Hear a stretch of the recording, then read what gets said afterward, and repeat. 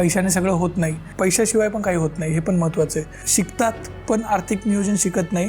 तुम्ही develop countries, आपण जिथे म्हणतो की कुटुंब व्यवस्था नाही आहे, हे नाही आहे, पण तरी कुटुंब व्यवस्था नाही तरी ते कुटुंबाची जबाबदारी खूप चांगल्या प्रकारे घेतात. पण कॅन्सरशी लढा देऊ शकतो, पण तो लढा देताना मानसिक आरोग्य पण चांगलं राहिलं पाहिजे. पण पैसेच नाही आहेत तर कसं काय मानसिक आरोग्य टिकवणार. एखादा आता सैफ अली खानचं उदाहरण आहे. सैफ अली खानवर आता अटॅक, चोर काहीतरी घरात घुसला आणि त्याला मारलं होतं बरंचसं, तर त्याच्या बऱ्याच जखमा झाल्या, तेव्हा ॲडमिट झाला तर त्याला 39 लाख रुपये खर्च आला. बँकेचं लोनच काढणार आहे मी, 60 लाख एक साथ देऊ शकत नाही कोणी.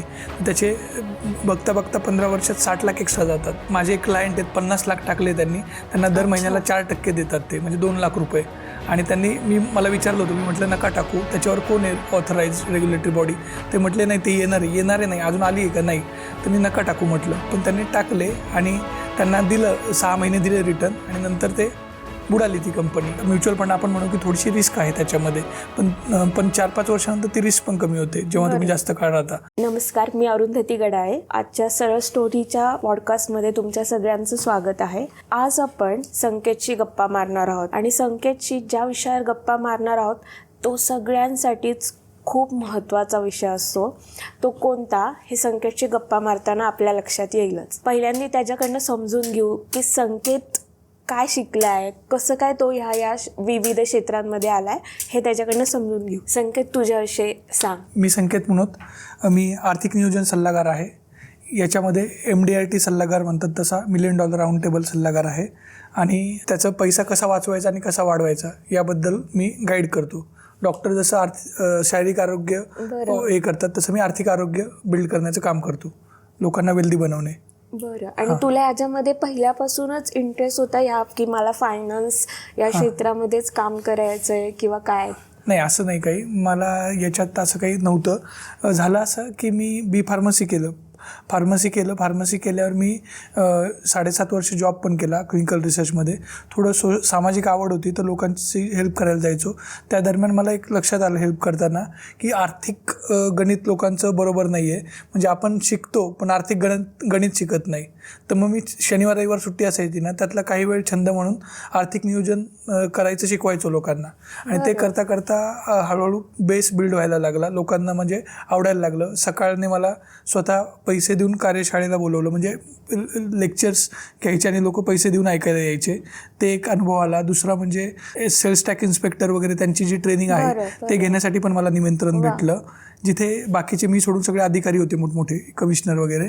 तर हे जे काही आले थोडेसे लेख वगैरे लिहायचो आणि त्याच्यातून लोकांना प्रामाणिकता जाणवायची. मग आणि हा खूप महत्त्वाचा विषय वाटला म्हणून चालू केलं याच्यात. म्हणजे तू काम करताना तुला योग्य नाडी सापडली होती लोकांची की ज्यामुळे सगळ्या ह्याच्यावर फरक पडतो. सगळ्याच म्हणजे आर्थिक बाबी खूप महत्त्वाच्या असतात. मग तू फायनान्शियल लिटरसीमध्ये काम करतो की तू फायनान्स आर्थिक आरोग्य सांभाळण्यासाठी काम करतो. तर ते आर्थिक आरोग्य म्हणजे काय? आर्थिक आरोग्य हे बघ, आपण ऐकतो की पैशाने सगळं होत नाही, पण पैशाशिवाय पण काही होत नाही, हे पण महत्त्वाचं आहे. म्हणजे तुम्ही कुठेही गेलं तर सगळीकडे पैसाच लागतो. मी म्हणतो पैशाच्या मागे लागू नका, पण आचार्य विनोबा भावे म्हणतात पैसा हे तुमच्या होडीला इकडून तिकडे नेण्यासाठीचं इंधन आहे, फक्त ते पाणी होडीत जाऊ द्यायचं नाही. तर तसं आपण होडीत ते जाऊ न देता जेवढा आपल्याला लागतो तेवढा कमवलाच पाहिजे. आणि फक्त कमवणं महत्त्वाचं नाही आहे, त्याचं नियोजन जास्त महत्त्वाचं आहे. म्हणजे तो मॅनेज करणे, वाचवणे आणि वाढवणे. तर त्याबद्दल माझं काम आहे की तो कसा मॅनेज करायचा. नियोजन हा शब्द वापरलास तू, त्याच्यावरनं मला एक प्रश्न की आपल्या जी आधीची पिढी होती ती नियोजनात कशी आहे आणि आत्ता आपल्या नंतरची जी पिढी आहे म्हणजे जेनझी ज्यांना आपण म्हणतो, ह्या पिढीचा काय बघतो या पिढीकडे तू? तर हे मी बघतो की आत्ताची पिढी याबाबत थोडीशी दुर्लक्ष करणारी आहे. आधीची पण होती, त्यांचं त्यावेळेस आर्थिक नियोजनाच्या एवढ्या फॅसिलिटी नव्हत्या, प्रबोधन नव्हतं, पण निदान ते काही ना काही घरी सेव्ह करून ठेवायचे. आणि काय असायचं, आधी जॉईंट फॅमिली होती तर एखाद्याला काही झालं तरी दुसरा सपोर्टला असायचा. पण आज तसं राहिलेलं नाही आहे. आज जर कोणी गेलं तर त्या कुटुंबाचे हाल होतात. इवन नॉट आपली पिढी, आपल्या आधीच्या पिढीचे पण हाल झालेले आहेत. त्यांच्या आधी तसं असायचं, पण आपल्या आईवडिलांच्या जनरेशनपासून ते कमी होत गेलं. आणि आत्ता सध्या जेनझीसाठी तर ते अवघडच आहे. त्यामुळे ही लिटरसी खूप महत्त्वाची आहे. म्हणजे लोक आयफोन घेतात पण स्वतःचं नियोजन करत नाही, आणि तो आयफोन त्यांचा जेवढा पगार असतो त्यातले निम्मे पैसे EMI मध्ये जातात त्यांचे. बरोबर. मग जेव्हा तू आर्थिक नियोजनासाठी किंवा आर्थिक आरोग्यासाठी काम करतोय, तर अशा कुठला वयोगट आहे ज्यांच्यापर्यंत तू जास्त पोचतो आहे किंवा त्यांना जास्त इंटरेस्ट आहे की आत्ता मला माझं आर्थिक आरोग्य सांभाळायचं आहे? हा वयोगट नक्की कोणता आहे? मला वाटतं हा 25 ते 45च्या दरम्यानचा आहे वयोगट. कारण काय होतं, 25च्या आधी इन्कम नसतं. तर इन्कम नसल्यामुळं ते नियोजन करायचं म्हटलं तरी पॉकेट मनीमध्ये ते काही खरेदी करायचं बघतात नियोजन करण्याऐवजी. आणि हा जो असतो यांच्यावर जबाबदारी आली असते, लग्न झालेलं असतं किंवा लग्न होणार असतं, मुलं, त्यांचं शिक्षण आणि इतर गोष्टी. तर त्याच्यामुळं हा वयोगट आहे. शिवाय सिनियर सिटीजन्स ते पण बरेचसे माझ्याकडे गायडन्स घेतात. तर त्यांच्या पण अडचणी, कारण त्यांनी जेव्हा करायचं तेव्हा नियोजन केलेलं नसतं आणि मग आता ते अडचणी फेस करत असतात. मग ती अडचणीतून त्यांना बाहेर कसं काढायचं त्यासाठी पण आपण काम करतो. तर हे आहे, म्हणजे हा वयोगट आहे. म्हणजे आत्ताचे जे जेनझी आहेत त्यांचे पालक हो, हे तुझ्याकडे जास्त येतात की आम्हाला आमच्या घराचं आर्थिक एकंदर आरोग्य सांभाळायचं आहे किंवा आमच्या भविष्यात आमची जी मुलं आहेत किंवा आमची पिढी आहेत त्यांच्याबद्दल पण आम्हाला हे करायचं. तर त्यांना काय सल्ले देतो ते मला काय करा आणि कसं करा? हां, ते मला हे विचारतात की आमच्या मुलांनाही समजावून सांगा. तर मग आम्ही त्यांच्यासाठी मूवीज वगैरे दाखवतो. 1 इडियट नावाचा एक सुंदर चित्रपट आहे, तो आर्थिक नियोजनाबद्दलच आहे, तो दाखवतो किंवा त्यांना त्यांच्या भाषेत सांगतो. आणि आईवडिलांचं नियोजन करताना म्हणाल तर ते त्यांना फायनान्शियल पिरॅमिड बेसिक दाखवतो की बाबा तुम्ही हा फायनान्शियल पिरॅमिड, आपण एखादा प्लॉट घेतला आणि तिथं घर बांधायचं आहे, तर आपण काय केलं पाहिजे की आधी त्याचा पाया पक्का बांधला पाहिजे. तर आपल्या इथे 86% लोक भारतातले त्यांचा पाया नाही आहे. म्हणजे शिकतात पण आर्थिक नियोजन शिकत नाही. त्यामुळं, आणि तेच तुम्ही डेव्हलप कंट्रीज, आपण जिथे म्हणतो की कुटुंब व्यवस्था नाही आहे, हे नाही आहे, पण तरी कुटुंब व्यवस्था नाही तरी ते कुटुंबाची जबाबदारी खूप चांगल्या प्रकारे घेतात. तिथं त्यांनी आर्थिक नियोजन चांगलं केलेलं आहे. त्यामुळे एखादा माणूस जरी गेला त्यांच्यातला अचानक किंवा काही कारणाने त्यांचं इन्कम बंद झालं तरी त्यांचं शिक्षण म्हणा किंवा इतर अडचणी येत नाहीत शिक्षण घ्यायला किंवा इतर काही करायला. का तर त्यांनी आर्थिक नियोजन केलेलं असं कंपल्सरी आहे. मग तिथालच्या सरकारने कंपल्सरी केल्यात काही गोष्टी, आणि आपल्या इथे फक्त काही गोष्टी कंपल्सरी, पण जे महत्त्वाचं आहे ते कंपल्सरी नाही आहे आपल्या इथे. म्हणजे आर्थिक ह्याच्यामध्ये तू 2-3दा उल्लेख केला की घरातला एखादा प्रमुख व्यक्ती गेला किंवा आपण त्याला म्हणतो की कमवती व्यक्ती गेली आणि त्यात तुमचं आर्थिक नियोजन नसेल तर खूप गोष्टींवर त्याचा परिणाम होतो. तर मग पैसा आणि मानसिक आरोग्य ह्याचं पण काही संदर्भ आहे का किंवा ह्याला आपण जोडू शकतो का? हो, बरोबर आहे, भरपूर संबंध आहे. तर पैसा जर असेल तुमचं मानसिक आरोग्य चांगलं राहतं. म्हणजे पैशानेच राहतं असं नाही, पण पैसा नसेल तर मानसिक आरोग्य बिघडतं. आता माझ्या एका फ्रेंडला कॅन्सर झाला, पण त्यांचा हेल्थ इन्शुरन्स माझ्याकडे आहे आणि त्याच्यात ते केमोथेरपीला वगैरे जातात, तर त्याच्यातून त्यांना मिळून जातात. त्याच्यामुळे, आणि तेच अजून एक जण आहेत त्यांचं नाही आहे, तर त्यांना ते गोळा करणे पैसे, याला त्याला विचारणे, हे करणे, आणि त्याच्यात त्यांचं म्हणजे आपण कॅन्सरशी लढा देऊ शकतो, पण तो लढा देताना मानसिक आरोग्य पण चांगलं राहिलं पाहिजे. पण पैसेच नाही आहेत तर कसं काय मानसिक आरोग्य टिकवणार? तर इथे हे मानसिक आरोग्य चांगलं असल्यामुळे ते लढा देत आहेत आणि ते हळूहळू बाहेर पडत आहेत त्याच्यातून. तर दुसरे त्या पैसे नसल्यामुळेच खचून गेलेत. तर हा कॅन्सर एक सांगितला मी, त्याच्यातून मागच्या वर्षी 16 लाख लोकांना झाला होता, त्यातले 9 लाख लोक गेले. तर ते जर वाचू शकले असते, जर त्यांचं थोडीशी आर्थिक परिस्थिती चांगली असती तर, किंवा नियोजन असतं, तर परिस्थिती म्हणण्यापेक्षा गरीब व्यक्तीसुद्धा वाचू शकते जर त्याने कॅन्सरसाठीचा इन्शुरन्स काढला असेल तर, किंवा नॉर्मल हेल्थ इन्शुरन्ससुद्धा. अच्छा, म्हणजे इन्शुरन्स काढणं ही फॅन्सी किंवा हे गोष्ट नाही, तर ती आजकालची गरज आहे. आता बोलताना कॅन्सरचं उदाहरण दिलं, माझ्या मते आपण एक खूप जास्त वाईट पिरियड बघितला, तो म्हणजे कोविडचा. आणि त्या काळात म्हणजे सगळ्यांचे श्वास रोखले गेले होते, एकतर कोविडच्या भीतीने, आणि दुसरं म्हणजे सगळ्यांच्या आर्थिक नाड्या, रोजचा धंदा ज्या लोकांचा यायचा की आज पोटावर हात होतं ज्या लोकांचं, ते बंद झालं. नोकऱ्या गेल्या खूप लोकांच्या. त्या काळात खूप काही लोकांनी सफर केलं आणि त्याचा इतका मानसिक ताण होता सगळ्याच गोष्टीचा. तर ह्या सगळ्याचा परिणाम पण त्यावेळेचं मानसिक आरोग्य आणि आत्ताचं, की म्हणजे लोकांनी प्लॅनिंग नव्हतं केलं, आर्थिक प्लॅनिंग नव्हतं, आणि त्यामुळे असं काहीतरी झालं. तर हे प्रत्येकाच्या आयुष्यात कुठल्या पण वर खाली पद्धतीने येऊ शकतं. तर त्याच्यासाठी एखाद्या भविष्यातल्या एखाद्या मोठ्या अडचणीसाठी, जी आर्थिक अडचण असू शकते, त्याच्यासाठी कसं तयार व्हायचं? त्यासाठी तयार व्हायचं असेल तर मला वाटतं फायनान्शियल पिरामिड मगाशी म्हटलं तसं तो फॉलो केला पाहिजे की आपण प्लॉट घेतला तर जसं बेस पक्का करतो तर ते आपलं प्रोटेक्शन ते पक्कं केलं पाहिजे. जसं की आपण लढाईवर चाललो आहे तर आपण ढाल असली पाहिजे आणि चिलखत वगैरे घातलं पाहिजे. त्या टाईप इन्शुरन्स हा तुमचं चिलखत आहे आणि तो जर असेल तर तुम्ही किती मोठं संकट आलं तर त्यातून वाचू शकता. आणि असं काही नाही की ते फक्त श्रीमंतांचं असं, उलट श्रीमंतांपेक्षा गरीबाला त्याची जास्त गरज आहे, मध्यमवर्गीय उच्च मध्यमवर्गीय यांना. कारण एखादा आता सैफ अली खानचं उदाहरण आहे. सैफ अली खानवर आता अटॅक, चोर काहीतरी घरात घुसला आणि त्याला मारलं होतं बरंचसं, तर त्याचा बऱ्याच जखमा झाल्या, तो ॲडमिट झाला तर त्याला 39 लाख रुपये खर्च आला. तर ते हेल्थ इन्शुरन्स होतं त्याच्यातून तो झाला सगळा. पण आता तो नवाब आहे, हजारो कोटींची त्याची प्रॉपर्टी आहे, तरी पण त्याने स्वतःचा हेल्थ इन्शुरन्स काढला. काही हजार भरून त्याचा हेल्थ इन्शुरन्स होता आणि त्याचे 40 लाख रुपये वाचले.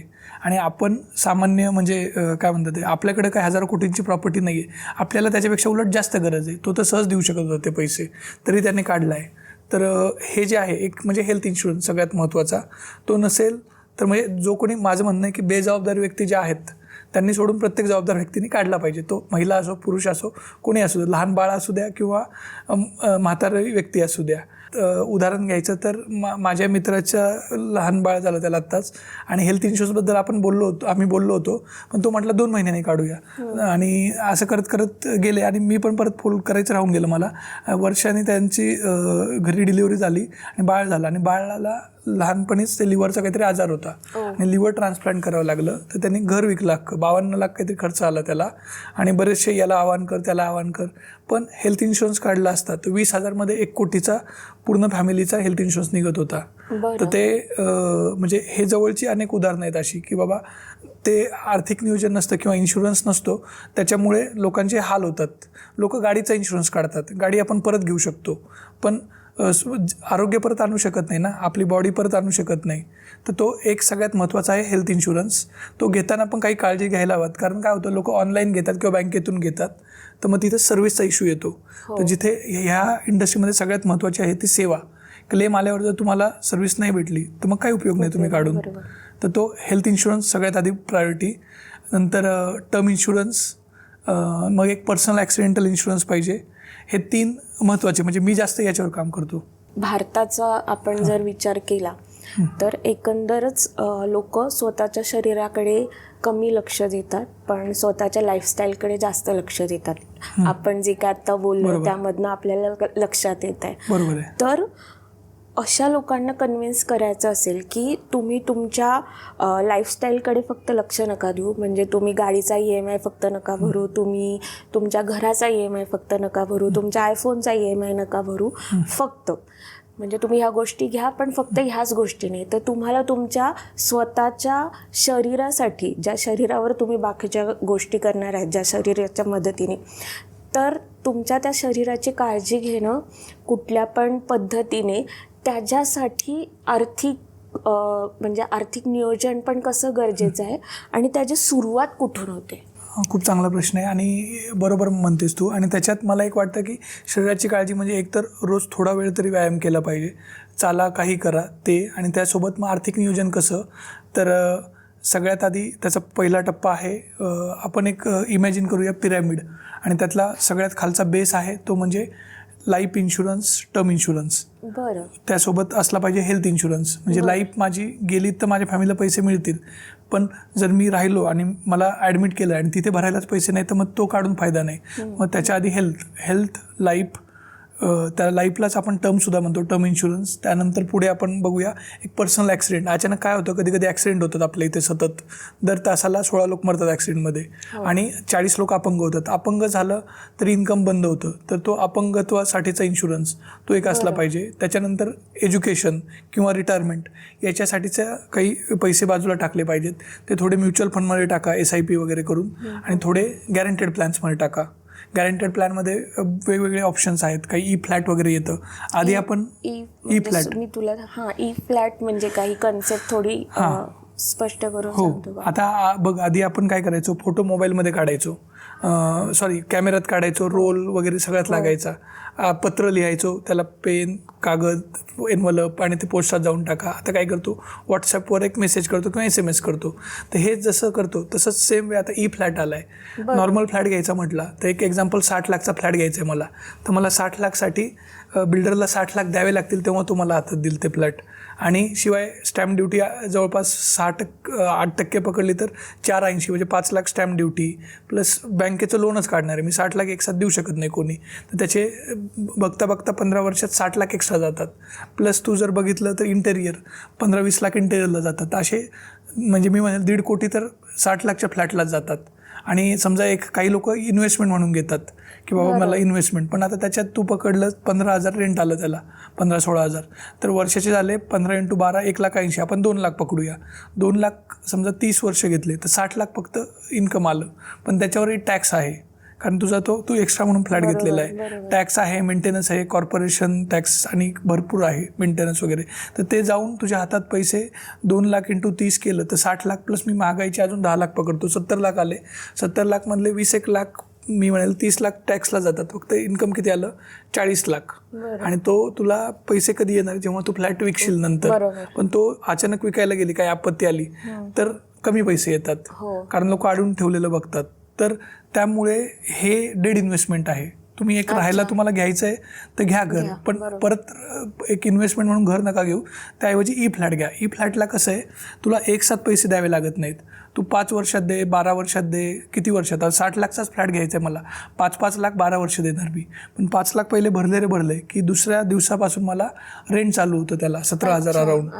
आणि शिवाय ते टॅक्स फ्री आयुष्यभर रेंट येतं. म्हणजे तू असं म्हणतोय की आतापर्यंतची पिढी हे करत आली की पैसे आले की स्थायी मालमत्ता जमवायची. पण तुझं असं म्हणणं आहे की स्थायी मालमत्तेपेक्षाही आता जे काही नवीन प्लॅटफॉर्म येत आहेत इन्व्हेस्टमेंटचे, डिजिटल प्लॅटफॉर्म, त्याच्या थ्रू आपण जास्त रिटर्न्स मिळवू शकतो आपल्या इन्व्हेस्टमेंटवर. बरोबर, तेच म्हणतोय. पण फक्त त्याच्यात काळजीपूर्वक घेतलं पाहिजे. त्याला गव्हर्नमेंटचं किंवा IRDAचं त्याला अप्रुव्हल आहे असंच घ्यायचं. म्हणजे काही लोक म्हणजे बोगस स्कीम्स पण येतात, तर त्याच्यामध्ये इन्व्हेस्ट नाही करायचे. तर ज्याला अप्रूव्ह आहे, म्हणजे आता बँकेला असतं RBI, इन्शुरन्सला असतं IRDA, म्युच्युअल फंडला असतं SEBI. तर ह्या कोणाचं तरी वरती कंट्रोल पाहिजे तर ते करायचं. लोक नाहीतर असेही आहेत काही प्लॅटफॉर्म की माझे एक क्लायंट आहेत, 50 लाख टाकले त्यांना दर महिन्याला 4% देतात ते, म्हणजे 2 लाख रुपये. आणि मला विचारलं होतं, मी म्हटलं नका टाकू, त्याच्यावर कोण आहे ऑथराईज रेग्युलेटरी बॉडी. ते म्हटले नाही, ते येणार नाही, अजून आली आहे का, नाही. तर मी नका टाकू म्हटलं. पण त्यांनी टाकले आणि त्यांना दिलं, 6 महिने दिले रिटर्न, आणि नंतर ते बुडाली, ती कंपनी बुडाली, म्हणजे ते पळून गेले. तर असं याला फसू नये. मी जे फ्लॅट म्हणतो ते कम्प्लीट वेगळं आहे. तो म्हणजे त्याच्यासोबत इन्शुरन्स पण येतो. म्हणजे समजा मी 5 लाख रुपये भरले उदाहरण म्हणून, तर 5 लाखसोबत मला 12 पट म्हणजे 60 लाखचा इन्शुरन्स पण येतो. आणि सोबत दर वर्षाला 2-2 लाख असे आयुष्यभर पैसे पण येतात. आणि परत मॅच्युरिटीला एक अमाऊंट येते. हे गॅरंटेड झालं. आता मी सांगितलं ते. मला आता ह्या सगळ्या म्हणजे आणि प्लॅटफॉर्म ह्याच्यावर नाही आठवलं की आपल्याला खूप वेगवेगळ्या पद्धतीने बातम्या ऐकायला मिळतात की ऑनलाईन फसवणूक झाली, आर्थिक लुबाडलं गेलं. आणि ऑनलाईन ज्या फसवणूक होतात त्यामध्ये आर्थिक काय म्हणतो आपण, ट्रान्झॅक्शन खूप जास्त असतात. तर मग त्याच्याविषयी आत्ता कसा विचार करायला पाहिजे कोणी पण, की त्यातून वाचायचं आहे. आणि कारण की सहज लोक अडकली जातात ह्याच्यामध्ये. आणि ह्यामध्ये ज्यांनी इन्व्हेस्टमेंट केलेली असते त्यांचे पैसे कुठेतरी, वयस्कर आहेत ते ती इन्व्हेस्टमेंट काढून पण ते पैसे द्यायला तयार होतात. वेगळ्या आणि एज्युकेटेड लोक आहेत, म्हणजे आपण म्हणतो की हे IT क्षेत्रात आहेत, हे रिटायर झालेले बँक ऑफिसर आहेत, हे लोक पण ह्या जाळ्यात अडकतात. तर मग ह्याच्यापासून वाचवणं आणि दुसऱ्या बाजूला तू जे सांगतोय फ्लॅट असू दे, ह्याच्यावर विश्वास ठेवणं, हे दोन कसं शक्य होईल? तर मेन म्हणजे तुम्ही प्रामाणिक सल्लागार निवडला पाहिजे, जो प्रामाणिकपणे त्या गोष्टी करतोय, त्याच्याकडे काही सर्टिफिकेट आहे आणि तो जे काही देतोय त्याच्या मागे काही बॉन्ड आहे किंवा रेग्युलेटरी बॉडीवरती आहे ते बघितलं पाहिजे. कारण तुम्ही पैसे, आता समजा मी फ्लॅटमध्ये पैसे दिले, 5 लाख रुपये समजा आपण भरले किंवा 1 लाख रुपये भरले, 12 लाखचा फ्लॅट घेतला 12 वर्षासाठी, 1 लाख 12 वर्ष भरतोय. तर मला जर उद्या विचार बदलला माझा, तर 15 दिवसाचा कालावधी असतो, तो मी कॅन्सल करू शकतो. पण असे जे आता आपण फ्रॉडवाले बघितले तर ते परत तुम्हाला कॅन्सल करता येत नाही. एकदा गेले की गेले. गेले तर त्यासाठी म्हणजे त्या गोष्टी बघितल्या पाहिजेत की बाबा काय आहे. आणि याच्यात फसणारे तू म्हणतेस तसं सगळेच आहेत. म्हणजे मी इवन वकील बघितलेत, आता हे पोलीस यवतमाळचे अनेक पोलीस फसलेत त्याच्यामध्ये, अजून भरपूर लोक फसलेले आहेत. तर याच्यापासून सावध राहायचं म्हटलं तर मला तरी एक वाटतं की चांगला सल्लागार, आणि दुसरं म्हणजे लालच कमी करायचं मनातलं, आणि तिसरं रेग्युलेटरी बॉडी त्याच्यावरची, ह्या 3 गोष्टी बघा. आणि तू जे म्हणतोय ते तर मोठ्या अमाऊंटविषयी पण बोलतोय, पण सोशल मीडिया वगैरेच्या माध्यमातून म्हणजे फेसबुक वगैरे माध्यमातून खूप छोट्या छोट्या अमाऊंटला पण लोकांना वाईट एक्सपिरियन्स येतात, किंवा खूप लालच हा शब्द वापरला की लालच दाखवून कमी पैशात आम्ही गोष्ट विकतोय, हे पण गोष्टी आत्ता वाढलेल्या दिसतात. बरोबर आहे, ते आहे. 100 रुपये 99 रुपये भरा आणि हे करा, मग ते 99 रुपये तुम्हाला परत ते काहीतरी दाखवतात आणि अजून वर घेऊन जातात आणि तुमचं लाखो रुपयांचं त्याच्या ट्रान्झॅक्शन होऊन जातं. तर त्यापासून सावध राहिलं पाहिजे. आणि आता AI चा एक यूज होतो यासाठी, की AI च्या माध्यमातून आता मध्यंतरी निर्मला सीतारामनचा आवाज यूज करून त्यांनी व्हिडिओ बनवला होता की असं हे ट्रान्झॅक्शन तुम्हाला एवढे पैसे भरा आणि भारत सरकारतर्फे एवढं. ते खोटं होतं, पण ते इंस्टाग्राम, फेसबुक याच्यावर ते व्हिडिओ असायचे. मला काही मोठ्या व्यक्तींचा फोन आला की हे कसं आहे, याच्यात एवढे पैसे कसे देतात, ते गुंतू का मी म्हटलं नाही, ते फ्रॉड आहे. पण काय होतं, फेसबुकवर ते बूस्ट करतात व्हिडिओ आणि लोक फसतात. तर त्यापासून आपण सावध राहिलं पाहिजे. म्हणजे इकॉनॉमिकल डिजिटल लिटरसी असं पण एका बाजूला काम आहे, आपण असं म्हणू शकतो. म्हणजे फक्त फिजिकल साक्षरता नाही, पैसा हातात येणं वगैरे नाही, तर ऑनलाईन जे काही होतंय त्या संदर्भात पण. आणि ऑनलाईनचं आपण बोलतोय तर ई-कॉमर्स क्षेत्र हे वेगळं राहू शकत नाही, कारण की तिकडे पालक, मुलं, आजी आजोबा अशा 3 पिढ्या त्या ई-कॉमर्समधनं काही ना काही मागवत असतात. आणि मी आत्ता नोटीस केलं आहे की ई-कॉमर्सनी म्हणजे आत्ता तर get now and pay later हे तर आहेच, पण आता त्यांनी अगदी छोटे जे अमाऊंट असतात, म्हणजे 300 रुपये 400 रुपये याला पण 3-3 महिन्याचा EMI हे केलाय. म्हणजे आत्ता माणूस म्हणतो जाऊन दे, माझ्याकडे 400 रुपये नाही, मी नाही मागवत हे. पण आता ते तेवढे जो काय छोटी अमाऊंट तुमच्या खिशामध्ये आहे ती पण आम्हाला चालणार आहे असं म्हणतात. तर त्याचा सगळा काय परिणाम होतो एकंदर पर्चेसिंग पॉवरमध्ये पण, आणि मग लोक जे खरंच त्यांच्या गरजेसाठी गोष्टी आहेत आर्थिक ह्याच्यातनं मिळणाऱ्या, त्या सगळ्यावर काय परिणाम होतो? हे म्हणजे बराच वाईट परिणाम होतोय त्याचा. कारण आता मी कोरोनामध्ये पण बघितलं, बऱ्याच जणांचे जॉब गेले आणि त्यांची EMI, आयफोनचा EMI आहे, कारचा EMI आहे, फ्लॅटचा EMI आहे, सगळेच थकले. तर काही लोकांनी सुसाईड केले, काहींनी हे केलं. तर ते कशामुळे, तर म्हणजे जोपर्यंत आहे पटापट EMI लावून द्या त्याला. तर तुम्ही तुमचं खरंच हे बघा, आर्थिक नियोजन सल्लागाराला भेटात, माझी काय कॅपॅसिटी आहे, मी किती आत्ता कसं केलं पाहिजे, काय केलं पाहिजे ते बघितलं पाहिजे. पण ते काय होतं की माझ्या अवकात से ज्यादा असं म्हणून ते व्हिडिओज बघतात, इन्फ्लुएन्सरकडून मोटिवेट होतात आणि टाकतात, आणि त्याच्यात हे होतं. तर हे टाळलं पाहिजे. म्हणजे दरवेळेला आता आर्थिक सल्लागाराकडे माणूस येऊ नाही शकत, आणि सगळ्यांनाच माहिती पण नसतं की आर्थिक सल्लागार कोण, मी त्याच्यापर्यंत कसं पोहोचू, काय करू. तर स्वतःनेच माणसाला फिल्टर लावायचे म्हटले की ही गोष्ट मला हवी आहे का, किंवा ही माझ्या सेफनेटमध्ये येते का वगैरे, असं जर कसोटी लावायचं म्हटले तर बाबा हे 4 प्रश्न, कुठली पण गोष्ट घेताना मी हे 4 प्रश्न स्वतःला विचारले पाहिजे. तर ते आर्थिक प्रश्न स्वतःशी काय चर्चा केली पाहिजे? तुम्हाला वाटतं इच्छा आणि गरज हे 2 महत्त्वाचे प्रश्न. माझी इच्छा आहे हे घेण्याची आणि मला गरज आहे या गोष्टीची. तर गरज काय आहे, तर मला रोटी, कपडा, मकान आणि इन्शुरन्स या 3. आणि आता SIP पण ॲड करू. रोटी, कपडा, मकान, इन्शुरन्स आणि SIP या गोष्टी गरजेच्या आहेत. आणि गरजेचं काय नाही आहे, तर इतर गोष्टी कमी गरजेच्या आहेत. त्या माझी इच्छा आहे. तर जेव्हा माझे पैसे हळूहळू ॲडजस्ट होतील, वेल्थ क्रिएट होईल, त्यानंतर हळूहळू एक गोष्ट घेईल मी. पण या गरजेच्या गोष्टीला आधी प्राधान्य दिलं पाहिजे.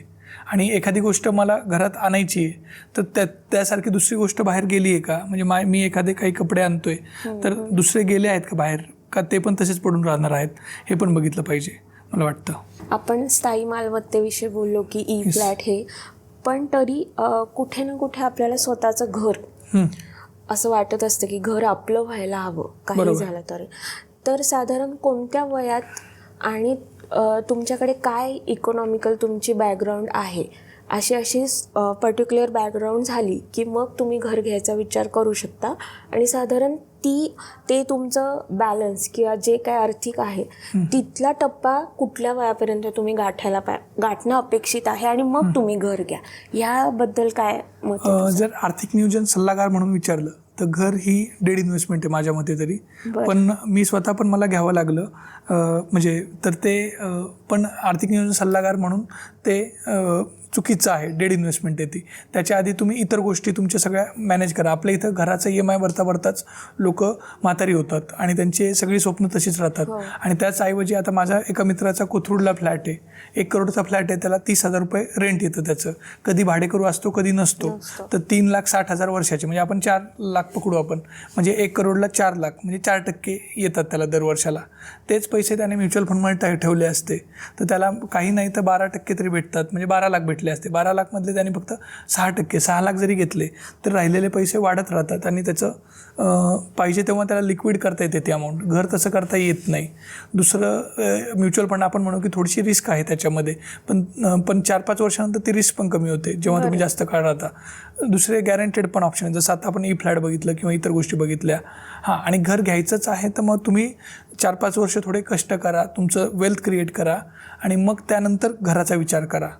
आणि माझं तर म्हणणं आहे की सगळे पैसे तिथे टाकण्याऐवजी म्हणजे होम लोननीच घ्या तुम्ही घर आणि तेच पैसे जे येतात ते थोडे इन्व्हेस्ट पण करत राहा. अशा प्रकारे करा म्हणजे ते दोन्ही गोष्टी तुमच्या वेल्थ पण क्रिएट होईल आणि इकडे घर पण राहील तुमचं. शिक्षण घेतलं, पास आउट झालो आणि पहिली नोकरी लागली आणि पहिला पगार आला, त्या क्षणापासून आपण आपल्या पगाराकडे, आपल्या पैशाकडे कसं बघितलं पाहिजे? तर याच्यासाठी मला वाटतं की म्हणजे प्रत्येकाच्या जबाबदारीनुरूप तो बदलतो प्लॅन, पण तरी पण एक रूल आहे 30-30-30-10 म्हणजे 30-30-30-10. 30% आधी काय करा तुम्ही बाजूला ठेवा, ते इन्व्हेस्ट करा कुठेतरी. 30% तुम्ही तुमच्या याच्यासाठी वापरा, ज्या काही गरजा आहेत त्याच्यासाठी वापरा. 30% तुमचं काही लोन वगैरे काही चालू असेल एज्युकेशनचं किंवा काय त्यासाठी वापरा. आणि 10% काय वाटतं तुला 10% काय करावं असेल तर 10% तुम्ही स्वतःच्या एन्जॉयमेंटसाठी वापरा. म्हणजे तुम्ही म्हटलं की शिक्षणासाठी, स्किल डेव्हलपमेंटसाठी असं काही असेल का? ते पण करू शकता तुम्ही. आणि म्हणजे तुम्हाला फिरायला जायचं काय करायचं पण ते 10%, पण लोक 30-40%च त्यासाठी वापरतात एन्जॉयमेंटसाठी. तर या प्रकारे जर केलं तर चांगलं होतं. ते जे 30% पहिले इन्व्हेस्टमेंटसाठी सांगितले तर त्याच्यात सगळ्यात आधी येतो तो म्हणजे हेल्थ इन्शुरन्स, दुसरा येतो टर्म इन्शुरन्स, तिसरा येते SIP म्हणजे म्युच्युअल फंड्स, आणि त्यानंतर येतं एखादं लॉंग टर्म गॅरंटेड प्लॅन. ते तुम्ही FD करा, इमर्जन्सी कॅश ठेवा किंवा काही करा. हे 4 टप्पे करायचे. पहिल्या ते 30% जे इन्व्हेस्ट करतोय त्याच्यामध्ये ते लगेच तुम्ही घरासाठी किंवा कशासाठी टाकू नका. तर हे स्वतःचं नियोजन आधी करा आणि मग त्यानंतर मग घर खर्च तो 30%तच भागवायचा आहे तुम्हाला. आणि नाहीच भागला तर मग जे वरचे आहेत 30% अजून राहिलेले ते त्याच्यातून घ्या. मी आत्ता नोकरीविषयी बोलले, पहिल्या नोकरीविषयी. त्याच्या आधीचा टप्पा म्हणजे शिक्षण. ते खूप महाग होत चालले दिवसेंदिवस. तर त्याच्यासाठी जे मुलं शिक्षणामध्ये स्वतःचा वेळ इन्व्हेस्ट करणार आहेत आणि त्यातनं भविष्य बघत आहेत, त्या अर्थात आपल्याकडे वेगवेगळ्या क्षेत्रामध्ये शिक्षण घ्यायचं म्हणजे ते खूप महाग आहे. खूपदा इंजिनिअरिंग, वेगवेगळ्या ह्याच्यामध्ये जायचं, MBA हे ते, तर तुम्हाला खूप जास्त फी भरायला लागते. तर मग त्याचं पण कर्ज मुलांवर असतं की मी शिक्षण घेतोय तर मी ते पुढे पास आउट होईल, मी जॉब करेल तेव्हा मी हे.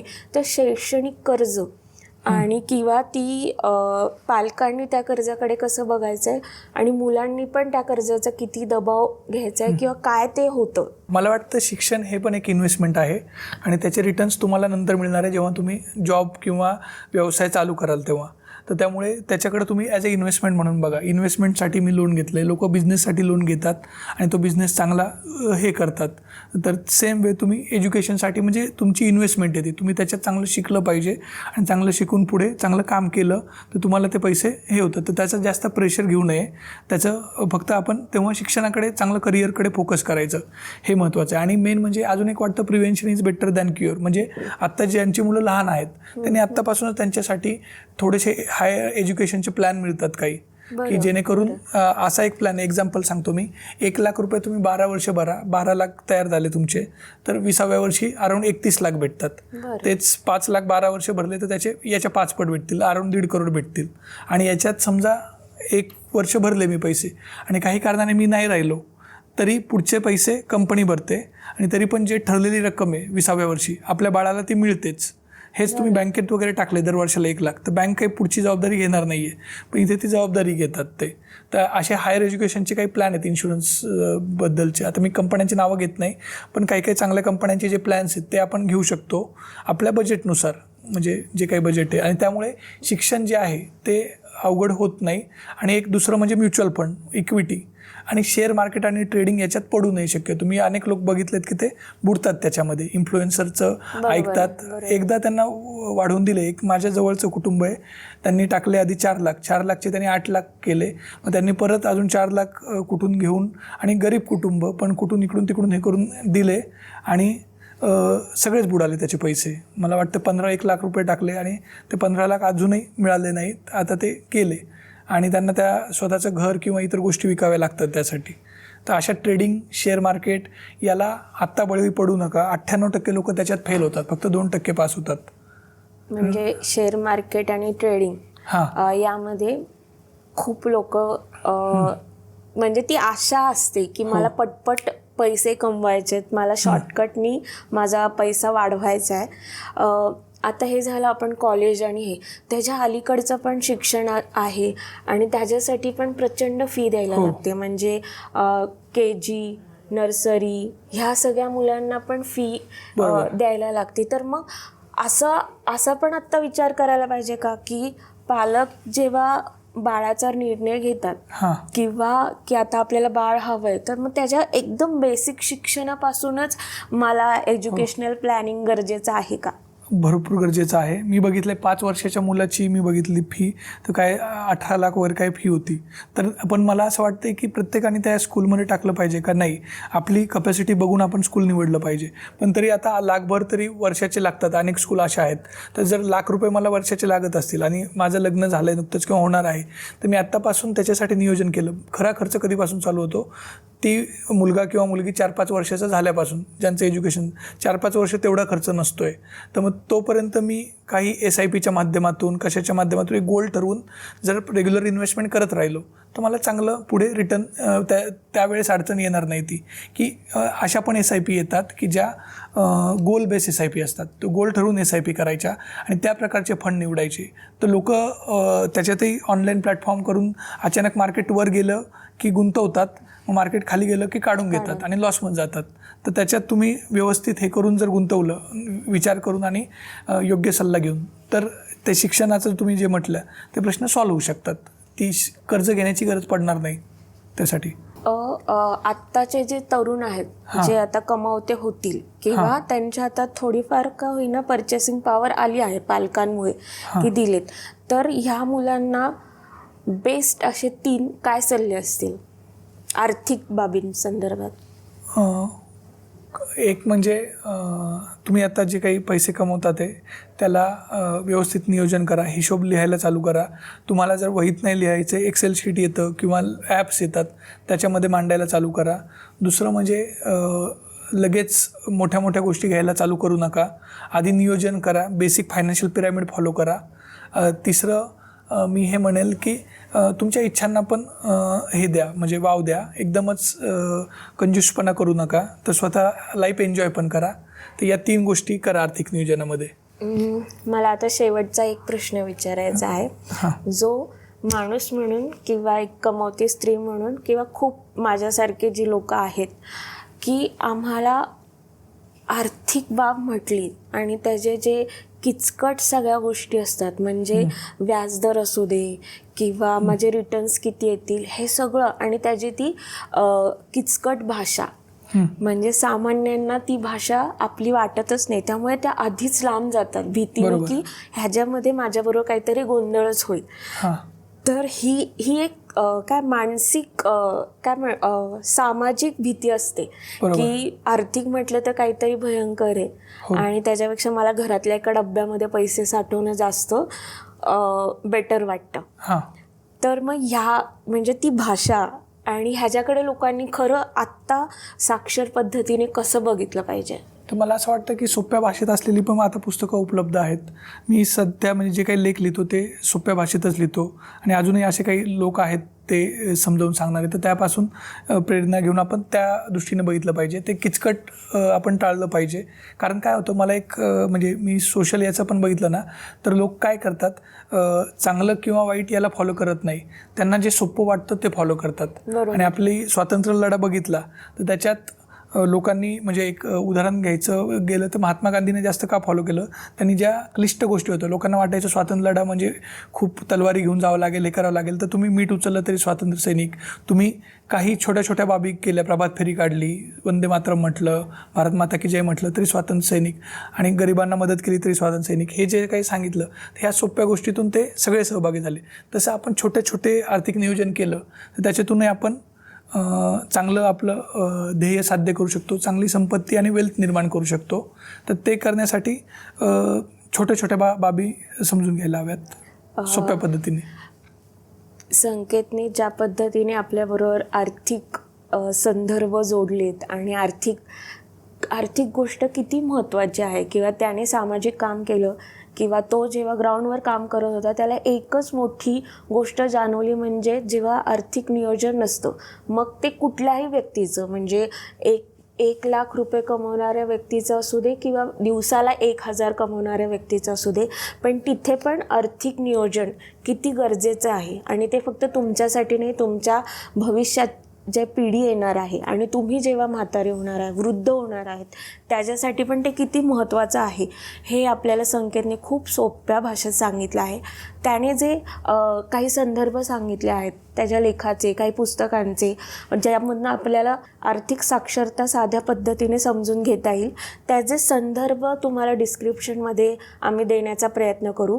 तर डिस्क्रिप्शन पण एकदा नक्की चेक करा आणि संकेतचा अजून खोलात जाऊन अजून सोप्या पद्धतीने काय काय मार्ग असू शकतात, गृहिणींसाठी काय करू शकतो आर्थिक नियोजनाबाबत, ह्याचा आपण दुसरा व्हिडिओ नक्कीच लवकर करूया. थँक्यू अरुंधती, या महत्त्वाच्या विषयाला हात लावलात आणि लोकांना प्रामाणिक मार्गाने श्रीमंत होण्यासाठीचा मार्ग दाखवलात. थँक्यू.